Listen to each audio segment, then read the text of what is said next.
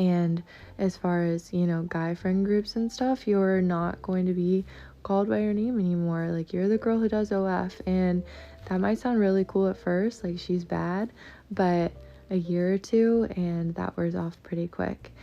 Hello, welcome back to Cafe Belmont. I am James Belmont. Thank you for joining me. As mentioned in the title, the topic of discussion is OnlyFans. We're going to discuss why people join the platform, the benefits and the downsides of being a part of it, so that you as an individual can decide whether or not you would like to be a part of this industry. For the uninitiated, OnlyFans is essentially a subscription service like Netflix or Disney+. However, the type of content is completely different. OnlyFans is surprisingly diverse in the type of content it presents its users. Subscription pages like fitness experts, musicians, and more are some of the things you might see on the site. However, the primary reason why it became so popular was because of the sexual services that it offers its users. Users of the platform often advertise it in a way that makes it seem very attractive and something that you would want to be a part of your life, which is true in a way, but deceptive in others. I'll talk more about this later on in the video. Something that you might be asking yourself at this point, what are some of the advantages, some pros that come with this? That is an excellent question and something that I had to consider, or something that I had to think about while making this, considering all the things that you're giving up to obtain material wealth, essentially.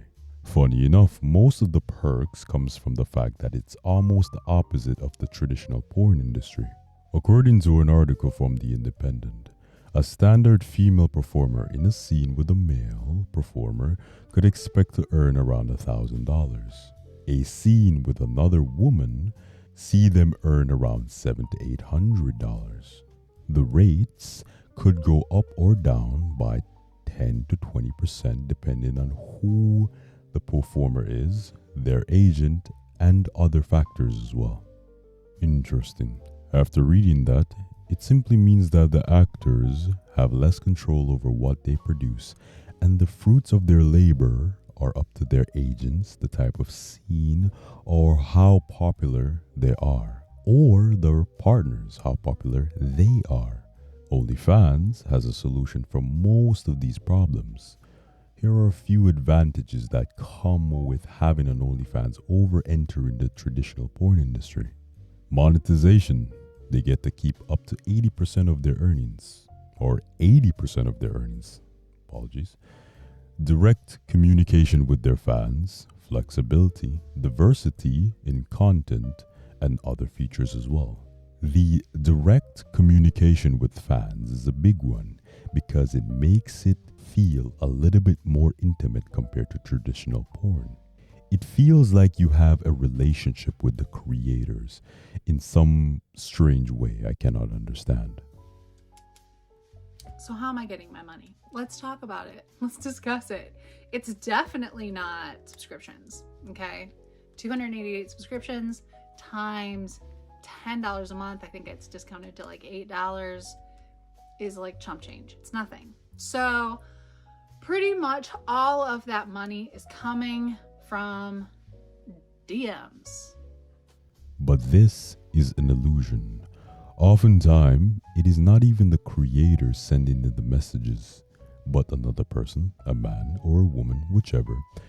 My point being, you are not even getting what you paid for. Now, that does not mean other creators doesn't actually communicate with their fans and being genuine. It just means that the majority chooses to outsource this part of the job because it can be strenuous depending on how large the creator is. Now I can see why a lot of women will choose this option, considering porn, depending on how large you are, your control over your monetization, your schedule, or who you're filming with may vary. Let's talk about your success, your chances of success now.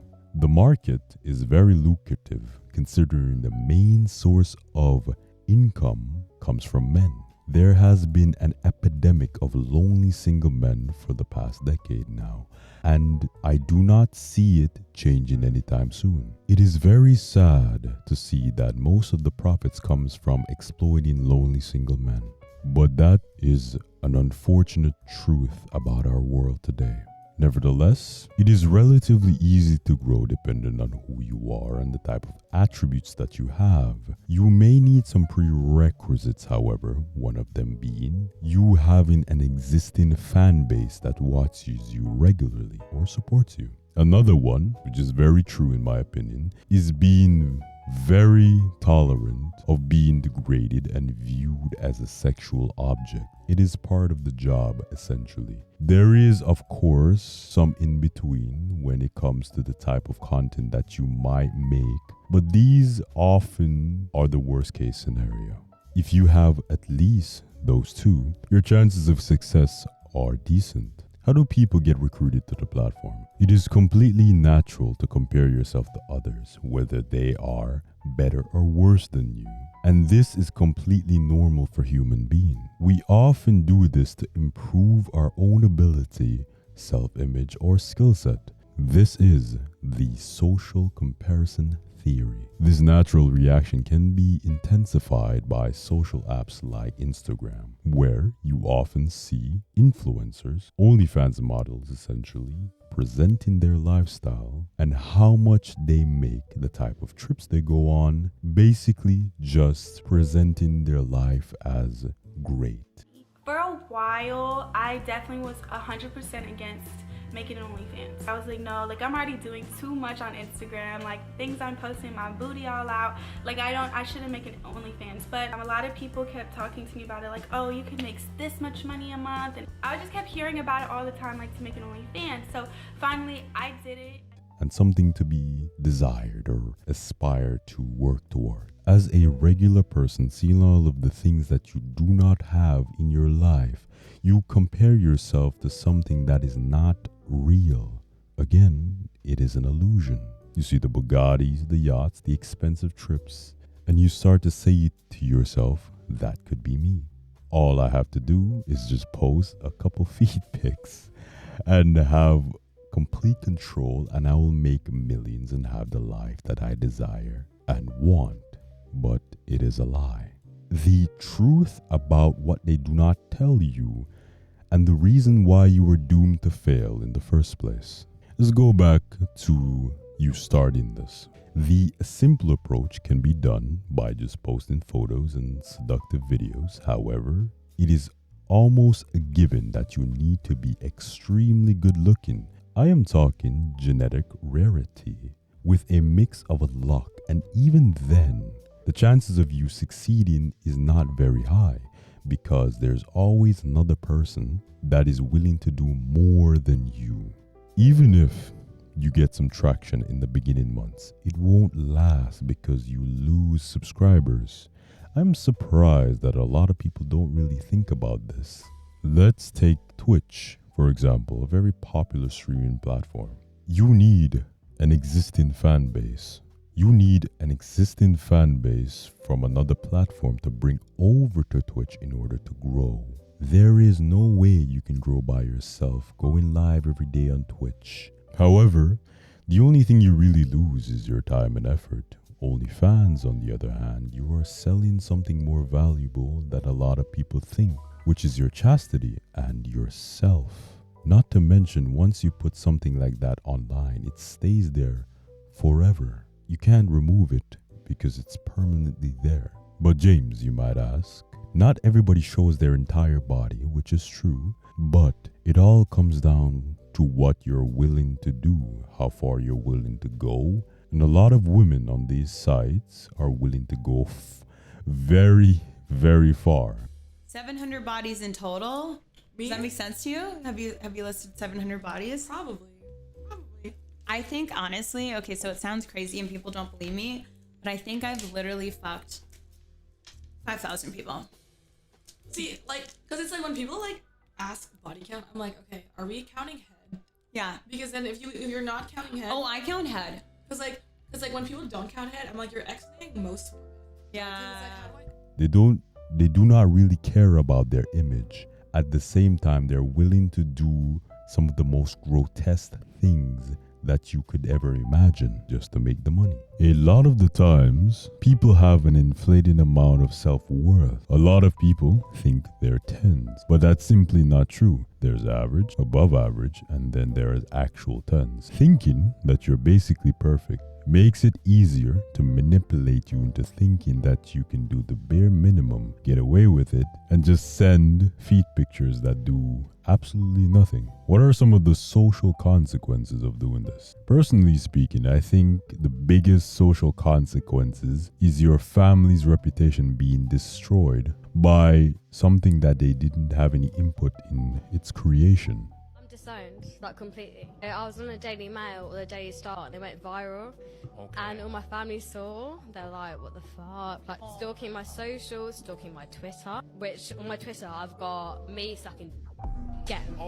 In a perfect world, one would hope that their family wouldn't be involved in any of the backlash that comes with living this lifestyle. But as we all know, the world isn't perfect, and oftentimes can be extremely cruel for no reason. Some things that I find extremely common is the families is separating themselves from their sons or daughters that choose this career path that leaves the models or influencers isolated from their families entirely. I talked to my dad, and he struggles with my job being in the industry. He's also religious. Recently, I wanted to go visit him, and he said that I can't go visit because his wife, my stepmom, doesn't want me there.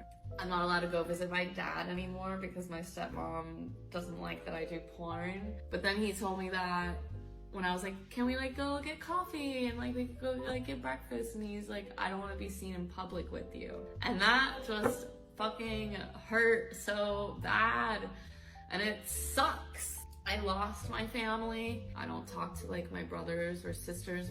I think that they all kind of like try to take advantage of me and stuff, or they're just like, my dad don't want to be around me. Another thing is the common exit strategy I hear.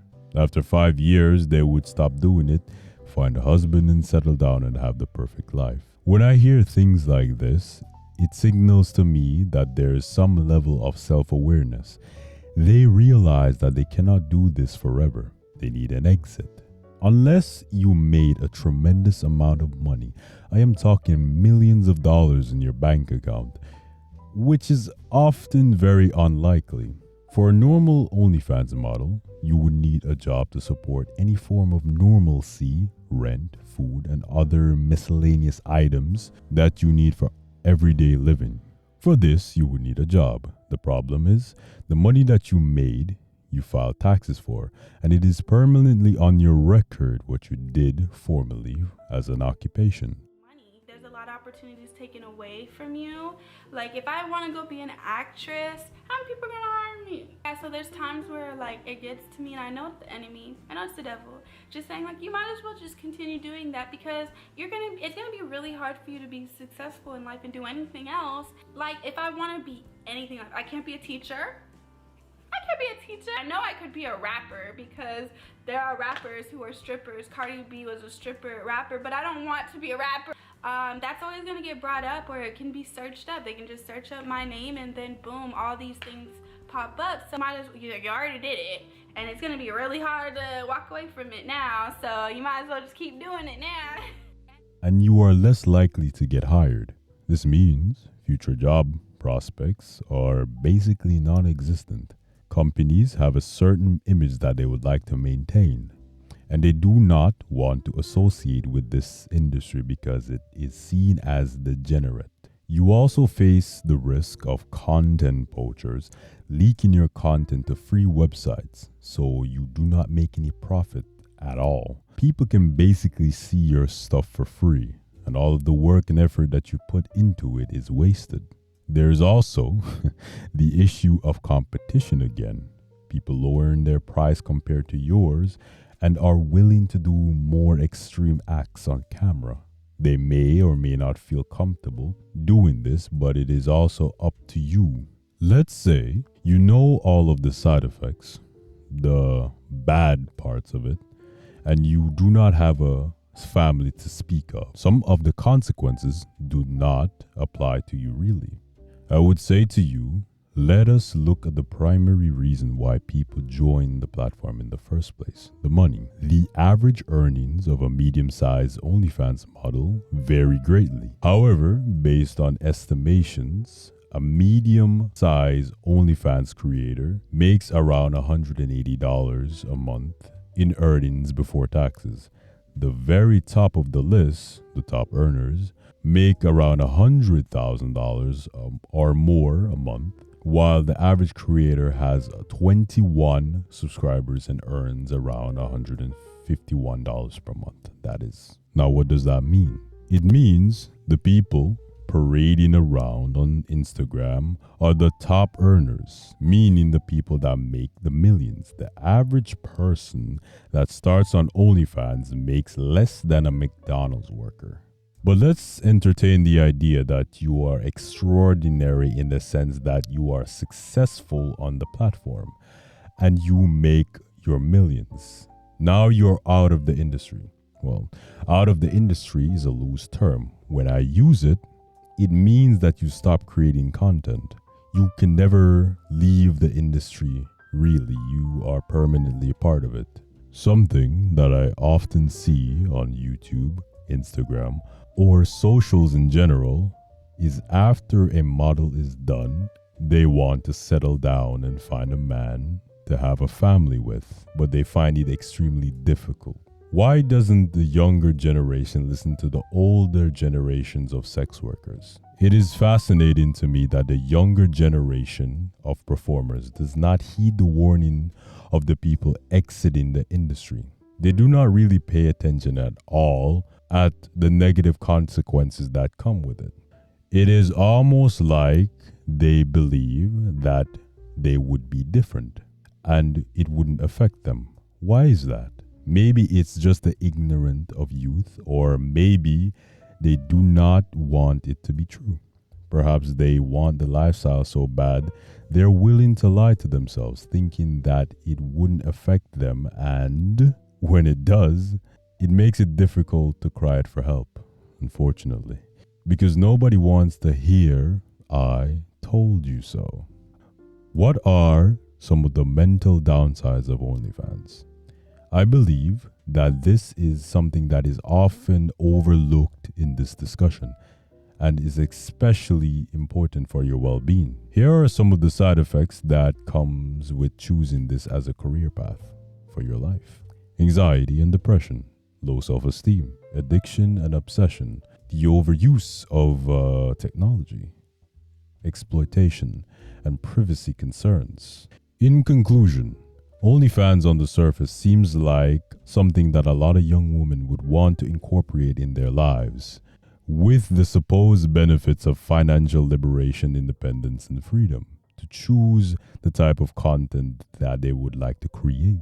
However, losing your family and all other traditional sources of income in the pursuit of financial liberation is not worth it, in my opinion. Not to mention your mental well-being being destroyed to please people that you will never meet in real life. This has been Cafe Belmont. I am James Belmont. Thank you for your time this evening. Before I go, I urge you to tell somebody in your life that you love them, and I will see you soon. Take care.